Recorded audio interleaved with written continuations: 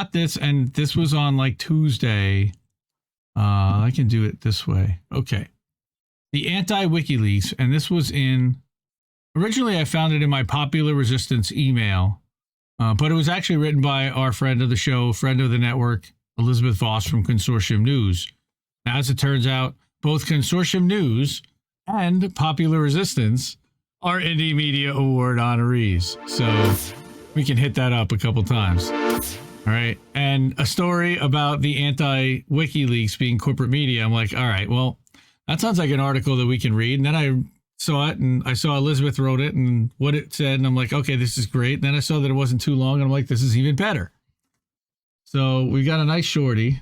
We're fucked. I guess, sure. Thanks, Misty. Shout out to Misty. Yep. She's going to have a kick-ass week, and she's got some guests. We'll talk about her guests this week later on.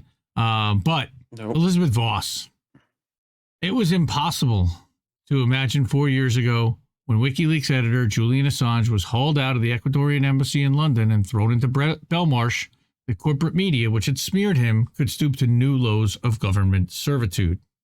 But it has now happened with the arrest of Jack Teixeira, a 21-year-old Air National Guardsman, for allegedly leaking top-secret government documents. We've talked about this last week. The leaks expose a number of significant lies told by both the U.S. government and corporate media about the ongoing war in Ukraine. Among many items of interest, the documents reveal that the U.S. Special Forces, as well as NATO forces, are on the ground in Ukraine, that Ukraine is significantly unprepared for its planned spring offensive, as well as evidence of U.S. spying on its allies and Antonio Guterres, the Secretary General of the United Nations. Now, according to Al Jazeera, several purported U.S. intelligence assessments paint a more pessimistic outlook for the Ukrainian military than the U.S. has provided publicly. That's an understatement. They suggest Kiev is heading for only modest territorial gains in its much-anticipated spring counteroffensive. In other words, the content of these leaks expose lies told directly by the U.S. and NATO, as well as the corporate media that serve them. Of course they do. So we've got media on the hind, but how did major media react? Well, the New York Times worked with Eric Toller, a U.S. and UK government-funded Bellingcat staff writer, to publicly expose accused leaker Teixeira less than a day after federal authorities had even identified him. But the Times and WAPO had described him without naming him before the Department of Justice had, in effect, doing the FBI's jobs for them by tracking down the leaker. According to the affidavit supporting the prosecution of Teixeira, right, who held a top security clearance, the FBI subpoenaed Discord, an application used by gamers. Oh, they subpoenaed Discord? Okay. Okay, an application. That sounds like one of those things.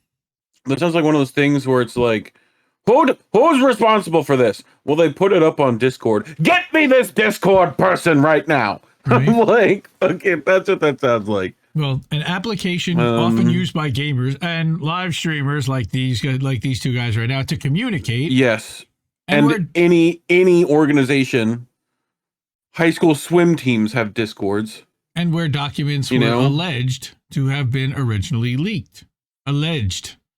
The information handed over by Discord allegedly then led to Teixeira's arrest. Allegedly, of course. The leak itself and the arrest of the alleged source is significant enough, but what makes this story disturbing is the role of the media in actively finding and exposing Teixeira, revealing his identity instead of protecting him. The media frenzy appeared unanimous in its focus on identifying the leaker more than reporting on the newsworthy content of the material. What just happened here? That's a problem, right? We're back. So that is literally the exact opposite of what WikiLeaks is. And let's talk about WikiLeaks. By contrast, Julian Assange went to absolute limits of human endurance for the sake of protecting whistleblowing sources. In 2017, early in the Trump administration, President Trump was reportedly willing to negotiate a pardon for Assange if he would out the sources of the DNC emails and disprove Russiagate once and for all. Sethrich.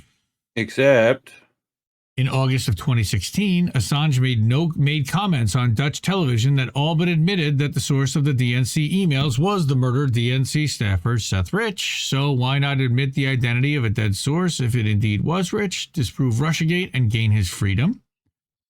Because WikiLeaks' obligation, they have principles, according to Assange, was the absolute protection of sources no matter the cost. It is a principle that may prove to cost the award-winning journalist his life. Free Julian Assange. Free Julian Assange now. WikiLeaks went on to publish Vault 7, which is a trove of CIA hacking secrets.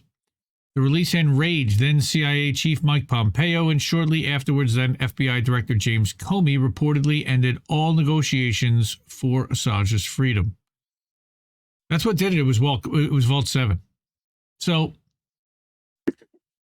Julian also supported whistleblowers who didn't submit material to WikiLeaks, including Edward Snowden and Reality Winner. UK and Ecuador talks on securing Assange's release in 2012 were abandoned when Assange sent aid in the form of Sarah Harrison to Snowden as he was stuck in transit during his escape from Hong Kong. Stella Assange, attorney and now Julian Assange's wife, told Consortium News. At least that's the story. Okay. So when Reality Winner was arrested, Julian was absolutely vocal in support of her release and criticized The Intercept for bungling in their protection of Winner as a source. Yeah, fuck The Intercept. Like we said multiple times. Even went so far as to turn himself into authorities in exchange for the release of Chelsea Manning. So now, in the complete opposite vein, the New York Times and the Washington Post have worked with so-called journalists of Bellingcat to, in their words, hunt down, quote unquote, the leaker of top secret documents regarding the Ukraine war. If those are genuine, I mean, I want to know, are they legit? First of all, I want to know who allowed him to put, like, and was this a controlled release? I mean, that's a question. That papers of record would go so far as to actively work to expose a source of vitally important information to the public is astounding when compared with the lengths that serious journalists like Assange have gone to protect their sources. Now, well, people forget that WAPO was the one who put it out first. Yeah. People forget this. And Guardian, too. Like, they put it out, forcing him to release the documents. Yep.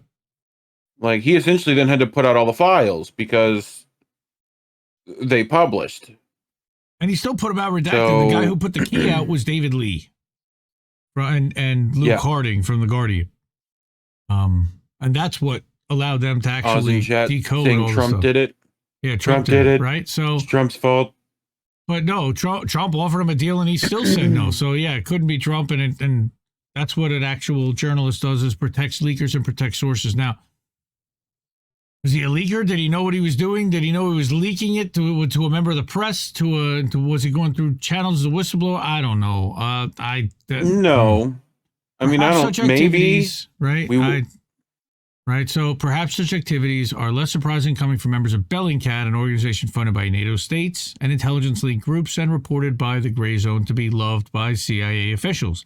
I don't think that there's really much question about that. Fake news rumble. No chats. Okay.